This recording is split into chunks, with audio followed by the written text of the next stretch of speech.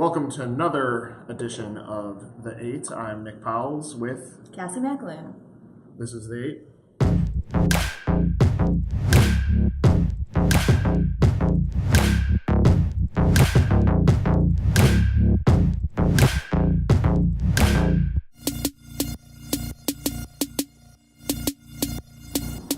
All right, I guess we'll get started.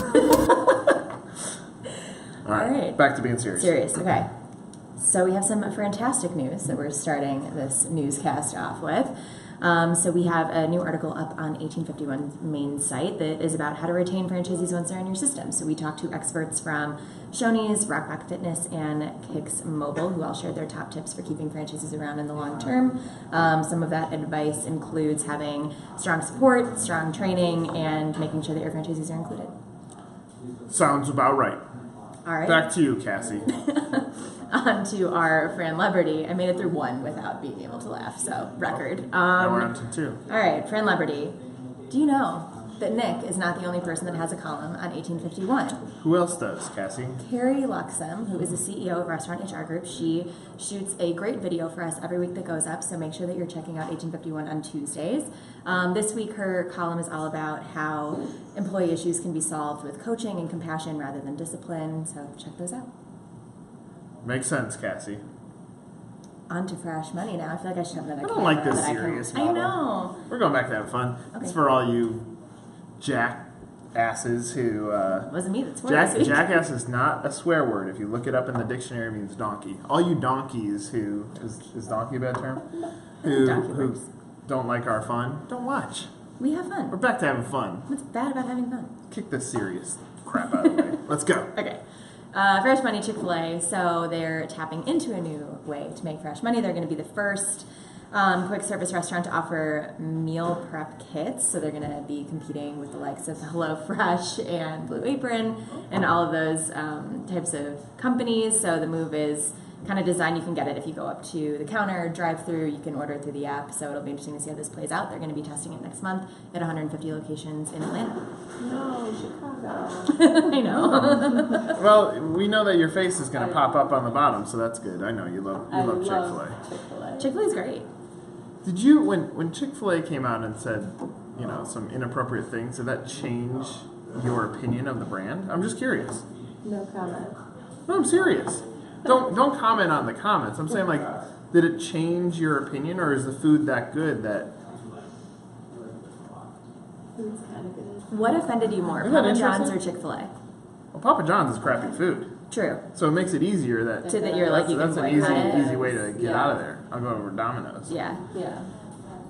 I'm serious. I think this is a good discussion for our 8 panel. I think that I'll chime in. I think that it changed once I once I started working here and understood more about franchising. Like, you do have to separate that these people, I mean, Chick-fil-A is a little bit different. Just kind of, there's a big debate about whether or not it's a franchise, but who is actually owning the restaurants versus who's making the statement. It's a completely different type of thing.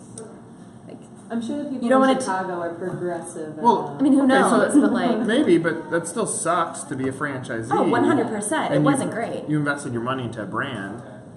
We have a client who I'm going to leave out of this because it was a private conversation, but he said he's in a peer group, and someone who was in his peer group recently got divorced because he disclosed to his wife that he voted for Donald Trump, and his wife left him. Holy, Literally, real story. so close. No, I've heard that Saved before. it. Yeah. But okay, so the marriage was not tasty enough to. How have you to not discussed within your it. political views before you get married? Sure, but maybe you did. I But maybe say you didn't not discuss being married that. and Yeah, whatever. but Right? still. So, but it's crazy that I don't know. I mean, I wrote an Instagram post this morning that said, in today's world, you know that eyes and ears are watching you. Right. And yet people still write dumb crap on Twitter. But just don't be a bad person. It's not difficult. And if you are, I guess, going to be a bad person, know that it's going to be outed if you are going to say it in public. Now let's People look through can't hold Cassie's it. old tweets. I'm kidding.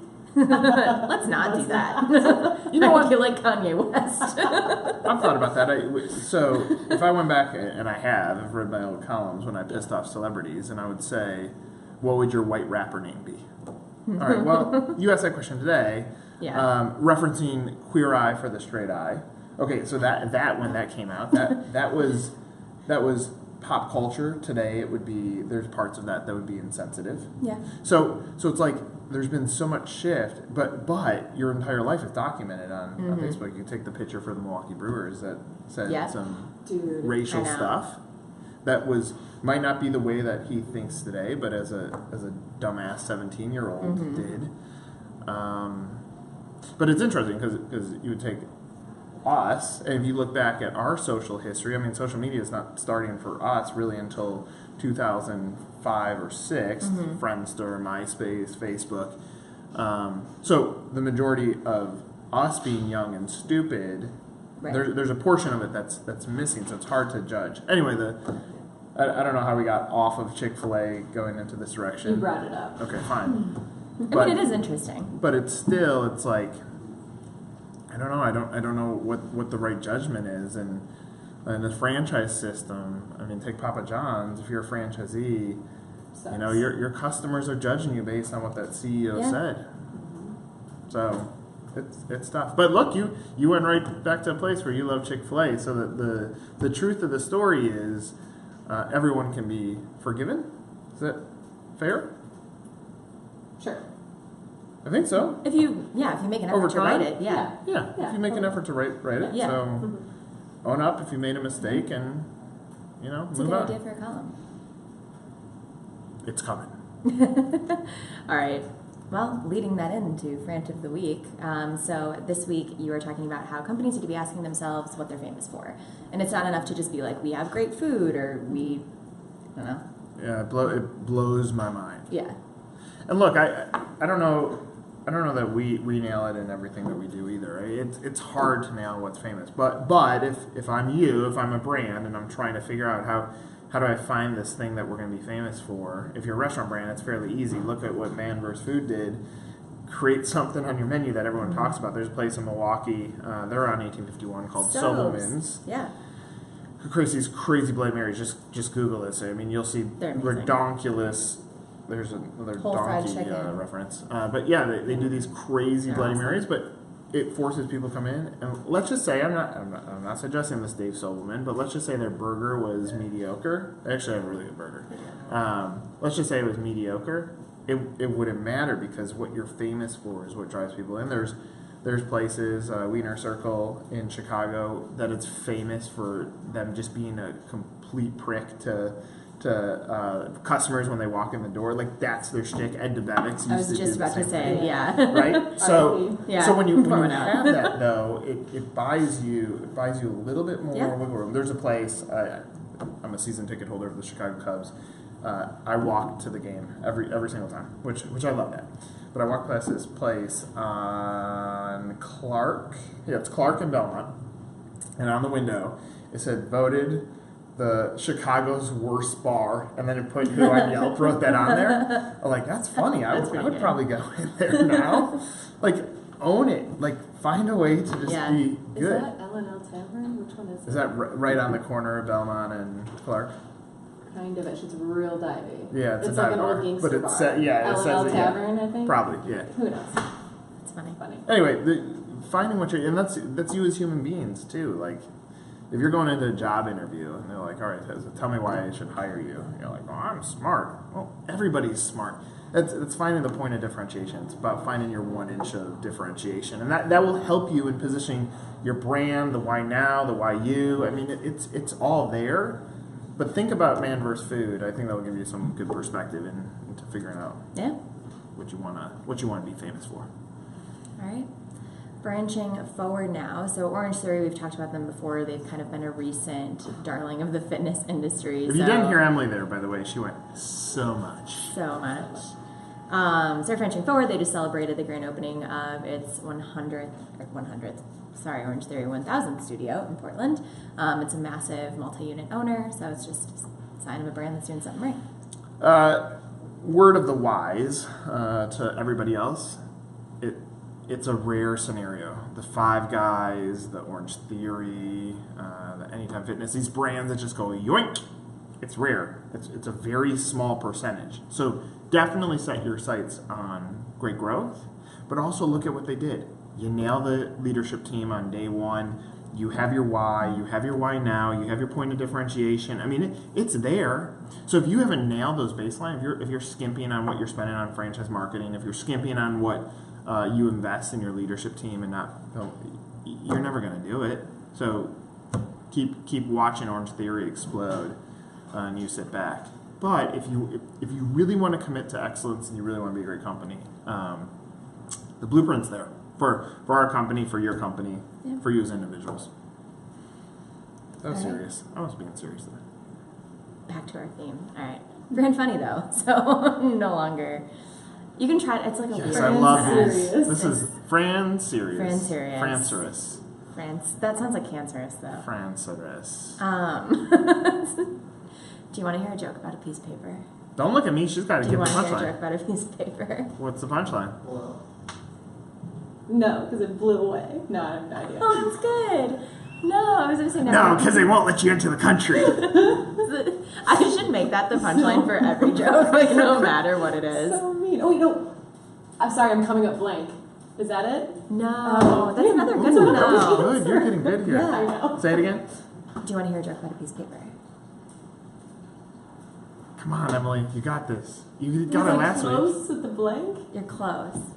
Think about what you can do with a piece of paper. I ripped it up. Never mind, it's terrible. Damn. That was from good. Matt. Good. I crowdsourced that this week. I was like, who has a really good dad joke? BB, you nailed it. BB nailed it. BB nailed it. Captain Kirk. Welcome to the 8. Wow, he just made his way into the 8. Yeah. What are the odds that Matt watches the 8 though? Very slim. He has no idea what He's we're on the talking phone. about. He's, yeah. All right, Matt. If you can point this out without anybody leading you to this, I'll give you $20.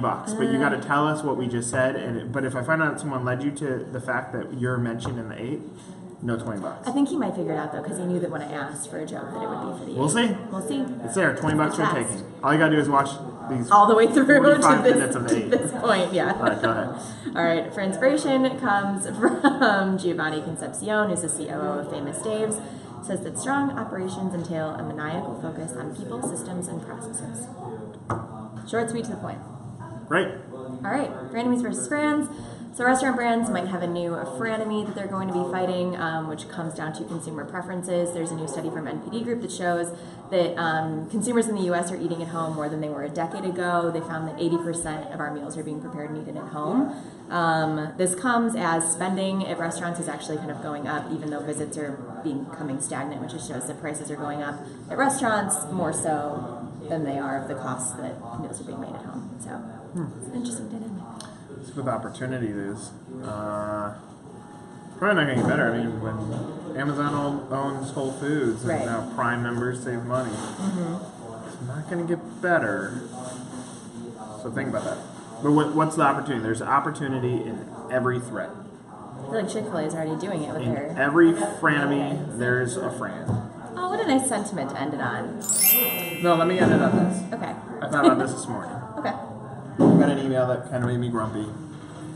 And I read it, and I was like, damn it. And I paused a sec. I said, the only thing that no one can take away from you is your smile. Oh, that's And nice. I started smiling. I was like, screw it. That can't bother me. I'm going to smile, and nobody can steal that away. It's true. You know? So keep smiling. 1851 World. We'll see you in a week. Bye. Later.